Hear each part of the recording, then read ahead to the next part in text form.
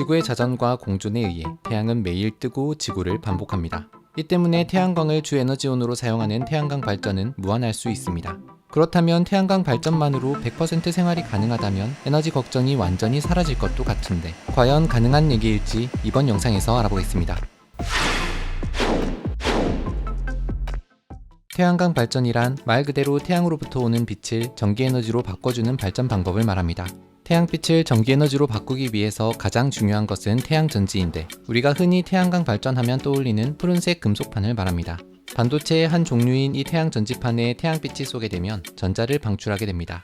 이를 광전효과라고 합니다. 이 광전효과로 인해 전자가 움직이며 전기가 발생하게 되는데 태양전지는 이렇게 발생하는 전기를 한 방향으로 모아 외부로 흘려보내게 됩니다. 하지만 태양전지는 굉장히 얇고 충격에 약하다는 단점이 있습니다. 이를 보완하기 위해 태양전지끼리 서로 연결해 단단히 고정하여 안정적이면서도 넓은 면적으로 태양광을 받아들이도록 해주게 됩니다. 이렇게 태양전지끼리 넓게 이어붙인 판이 바로 태양광 패널입니다. 흔히 지붕이나 건물 외벽 등에 넓게 설치하는 태양광 패널은 각각의 태양전지에서 만들어진 전기에너지를 적절한 전압과 전류로 바꿔 한 곳으로 모아주는 역할을 합니다. 태양광 패널에서 만들어진 전기는 직류전기인데 우리가 일상에서 쓰는 교류전기로 변환하기 위해서는 최종적으로 인버터를 거치게 됩니다. 태양광 발전은 풍력이나 수력발전소처럼 설치 환경과 장소의 구애를 받지 않고 햇빛이 있는 곳이라면 어디든 태양광 발전소를 설치할 수 있습니다. 주로 도시에서는 지붕이나 옥상 등에 설치해 가족용이나 상업용으로 활용을 하고 도심 외곽 지역에서도 농지, 나대지, 축사, 산악지역, 호수, 바닷가, 고속도로 휴게소 등 매우 다양한 곳에 설치되고 있습니다. 그런데 태양광 발전을 통해 만든 전기에너지의 총량이 우리가 생활할 때 필요한 전기에너지의 총량보다 많다면 100% 태양광 발전만으로 생활이 가능하지 않을까?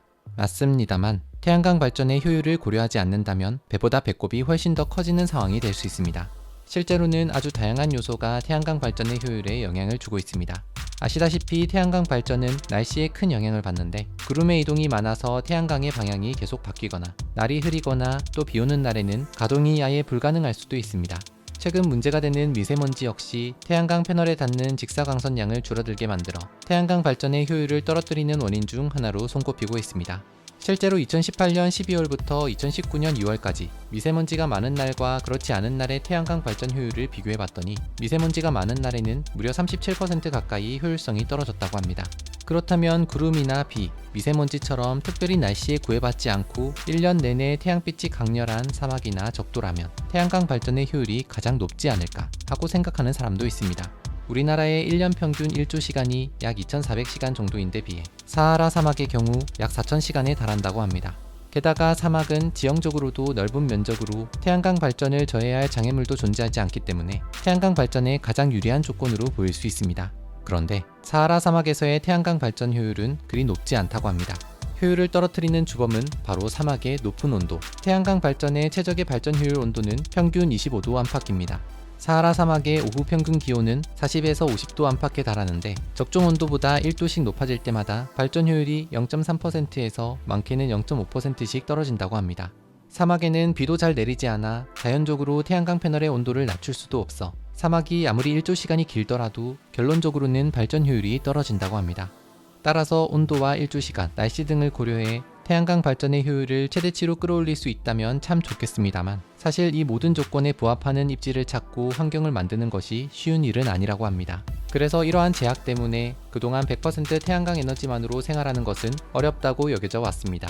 그러던 2022년 3월 100% 태양광 발전만으로 생활하는데 성공한 곳이 등장했습니다. 바로 스탠퍼드 대학교입니다. 이미 2016년부터 첫 번째 발전소를 가동해온 스탠퍼드 대학교는 태양광 발전으로 일부 전기에너지를 생산하여 스탠퍼드 대학교 교내 식당에서 요리를 하거나 실험실에서 버너를 쓰는 등 다양한 활동에 사용해왔다고 합니다. 그러다 이번에 새로 생긴 두 번째 태양광 발전소를 통해 100% 생활하고도 남을 전기를 확보하게 된 것입니다. 게다가 잉여 전기는 다른 기관에 조달할 것이라고 합니다. 그렇다면 스탠퍼드 대학교는 어떻게 100% 태양광 발전만으로 생활이 가능하게 된 걸까? 사실 최근 미국 UCLA와 스탠퍼드 대학교 공동연구팀은 낮 동안 태양에너지로부터 받은 열을 이용해 밤에도 전기를 생산하는 장치를 개발하게 됩니다. 그래서 낮에는 태양광 발전으로, 밤에는 복사열을 통한 발전으로 전기를 생산할 수 있었던 겁니다. 낮에는 태양 복사에너지를 받아 지표가 따뜻해지지만 해가 진 후에는 복사에너지를 방출하면서 지표의 온도가 떨어지는데 이를 복사냉각이라고 합니다. 연구진은 태양 전지 역시 밤에는 열을 방사하며 주변 대기보다 온도가 떨어진다는 점을 이용하여 열 에너지를 전기 에너지로 전환하는 열전 소자를 태양광 발전 설비에 설치했고, 태양 전지와 대기 사이의 온도차를 이용해 전기를 발생시키는 데 성공한 것입니다.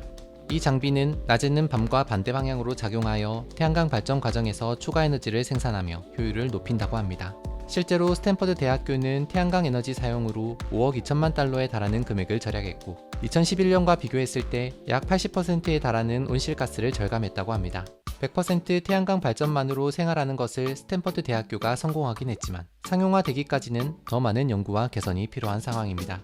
날씨, 온도 등 여러 요인의 영향을 많이 받는 태양광 발전의 특성상 발전량을 정확히 예측하는 것도 아주 중요합니다. 그래서 한국중부발전에서는 데이터를 수집하고 8개의 알고리즘을 동시에 적용하여 분석하는 통합 모니터링 시스템을 적용한 신재생 모아센터를 구축하여 운영하고 있다고 합니다. 육지의 태양광 발전량은 약 97%, 날씨의 변동이 큰 제주도의 경우에도 약 94%의 정확도를 보여준다고 합니다.